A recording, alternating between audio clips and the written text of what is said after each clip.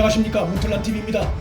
고 백선엽 장군에 대한 망언으로 노영희 변호사가 YTN 라디오 진행에서 하차한 데 이어 박원순 전 시장으로부터 장기간 성추행을 당한 피해 여성 공무원을 조롱한 TBS TV의 시사교양 프로그램을 진행하는 박지희 아나운서와 YTN 라디오 시사 프로그램을 진행하는 이동형도 시청자의 거센 항의에 퇴출 위기에 몰려 있습니다.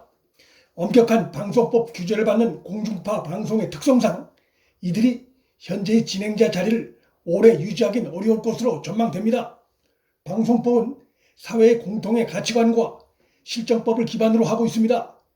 피해 여성 공무원이 박 전 시장으로부터 지속적으로 위력에 의한 성추행을 당했다는 것이 여러 정황상 사실로 드러난 상황임에도 이들은 피해 여성 공무원을 비난하는 태도를 공공연히 드러내 보였기 때문에 이들이 공중파 방송 진행자로선 부적절하다 볼 수 있습니다. 친여 방송인 하면 빼놓을 수 없는 인물이 김어준입니다.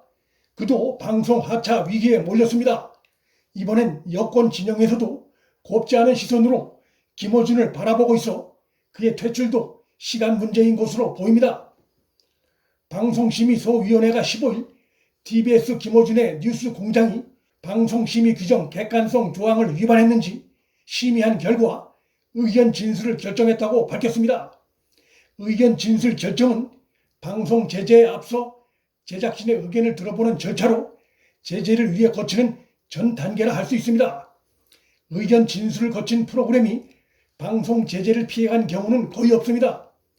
김어준은 지난 5월 26일 자신이 진행하는 TBS 라디오 프로그램에서 정의기억연대와 더불어민주당 윤미향을 비판한 위안부 피해자 할머니인 이용수 할머니 뒤에 누군가 있다거나 이용수 할머니에게 도움을 줬다는 분들이 정의원의 자리를 대신 차지하려는 것이 아닌가 그렇게 추정이 된다는 등의 근거도 불투명한 발언을 해서 이용수 할머니로부터 거센 항의와 민원인의 민원을 제기받았습니다. 제기된 민원의 주 내용은 김어준이 이용수 할머니의 기자회견에 대해 근거나 사실 확인 없이 배우소를 주장해 할머니의 명예를 훼손했고 윤미향 당선인에게 유리한 내용으로 편향적으로 방송했다는 것입니다. 방송심의 이번 결정이 과거와 차이가 나는 것은 이 민원에 대한 방송심의위원회 내부 반응입니다.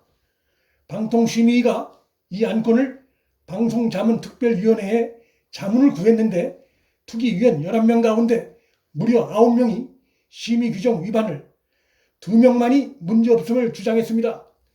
방송 관련 각종 기구들이 정권의 영향을 받을 수밖에 없는 방송법 환경에서 압도적인 다수가 김어준 방송의 심의규정 위반을 지적했다는 것은 여권 진영에서도 김어준의 편파 진행 문제를 심각하게 보고 있다는 방증입니다. 심의를 직접 담당하는 방송심의소위원회 내부 분위기는 김어준에게 더욱 불리한 것으로 보입니다.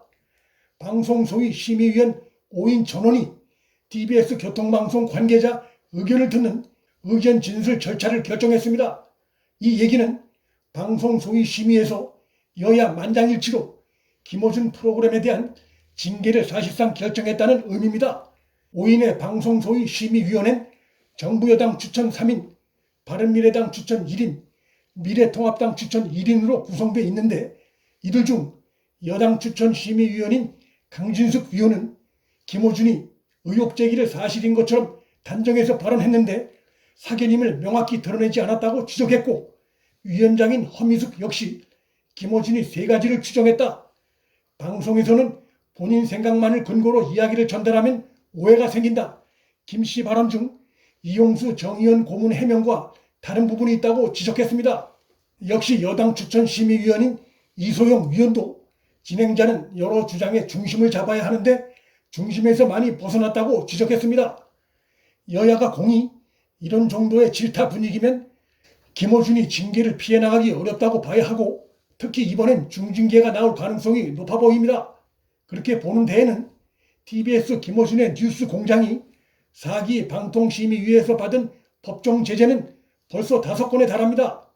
웬만한 프로그램 같으면 이 정도면 진행자가 교체되거나 프로그램이 문을 닫았을 수 있습니다. 그러나 김어준은 지금까지 버텼고 거기에는 역시 박원순 전 시장의 영향이 배후에 있었다고 볼 수 있습니다. 박 전 시장은 서울시 국정감사장에서 김어준에게 출연료로 매주 500만 원, 한 달에 2천만 원가량을 지급하는 것이 과도하다고 생각하지 않느냐는 의원 질의에 대해 김어준의 기여도를 보면 오히려 충분히 못 주고 있다고 적극 감싸게 하는 답변을 한 바 있습니다. 이런 상황 하에서 김어준이 방송심의위에서 편향적 진행으로 징계를 받았다 한들 교통방송 관계자들이 감히 그를 내칠 생각을 할 수 없었을 것입니다.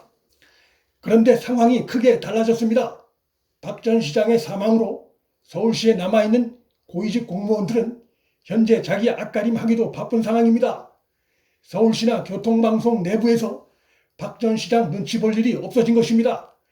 방송심의위원들도 여야 할 것 없이 김어준의 진행에 문제를 제기하고 있는 것은 방송심의 차원에서도 더 이상 김어준을 지켜볼 수 없다는데 의견 일치를 이룬 것으로 볼 수 있습니다. 징계가 누적된 상황 등을 감안할 때 관계자 중징계가 나올 가능성이 높은데 그 경우 방송 제어가 심의 과정에서 상당히 불리할 수 있기 때문에 서울시로서도 더 이상 김어준을 감싸게 하기 어려울 것으로 보입니다. 숱한 편파 진행 논란과 사실 논란에도 지금까지 버텨온 김어준의 하차가 코앞에 다가온 것으로 보입니다. 정권 임기 말로 가면서 친여 성향 방송인 퇴출이 가속화하고 있어 민심의 변화를 느낄 수밖에 없습니다. 문틀란TV 여기서 마칩니다. 구독과 좋아요, 방송 공유는 방송 제작에 큰 힘이 됩니다. 시청해 주셔서 감사합니다.